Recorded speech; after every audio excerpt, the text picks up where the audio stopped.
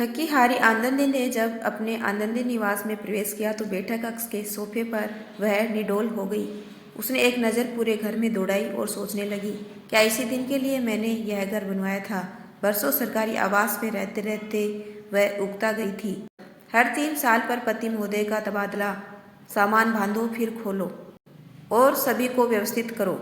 जब तक वह उस सरकारी आवास के कमरों दीवारों की पहचान पाती, तब तक उसके पति को शहर बदलने के आदेश हाथ में आ जाते थे।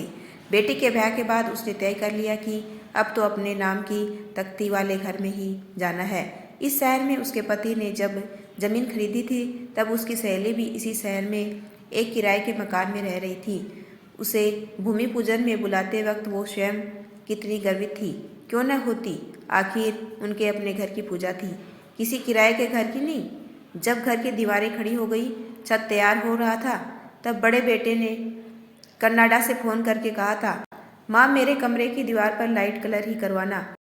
अलमारी की डिजाइन तो छोटे ने ही बताई थी। कहता था, माँ पापा के क्वार्टर की अलमारियों में तो मेरे कपड़ों की क्रीज ही खराब हो जाती थी। उसने कहा भी था उसे कि तू तो रहता ही नहीं, मनपसंद अलमारी बनवाने से क्या फ़ायदा।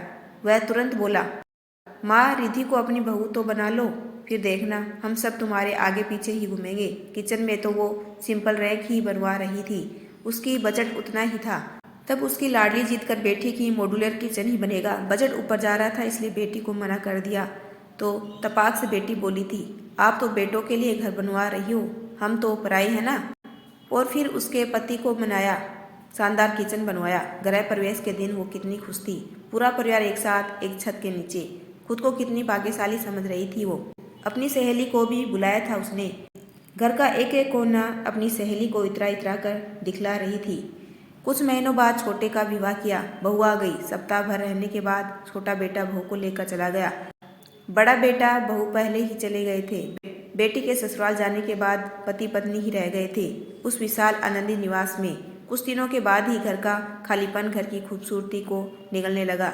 कभी वो लाइट ऑन करना भूल जाती तो कभी खिड़की खोलना। समय बीतता गया। बच्चे फोन पर कहते, जल्दी ही आएंगे माँ।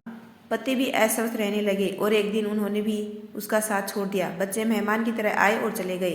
रह गया उनका खाली घर और उनकी तन्हाई। बहुत दिनों बाद घर से बाहर निकली तो सहेली से मिलने का दिल किया।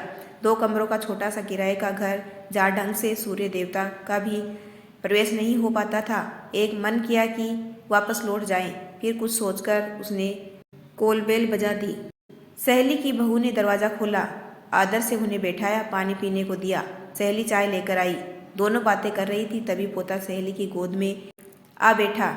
इतने में सहेली का बेटा आकर बोला कि माँ आपका कल का अपॉइंटमेंट ले लिया है। तब उसे महसूस हुआ कि घर चाहे बड़ा न हो, बस अपनों के दिल में प्यार होना चाहिए और एक दूसरे की भावनाओं की कदर करना चाहिए। उस छोटे घर में उसकी सहेली अपने परिवार के साथ कितनी खुश थी और वो बड़े घर में भी अकेली।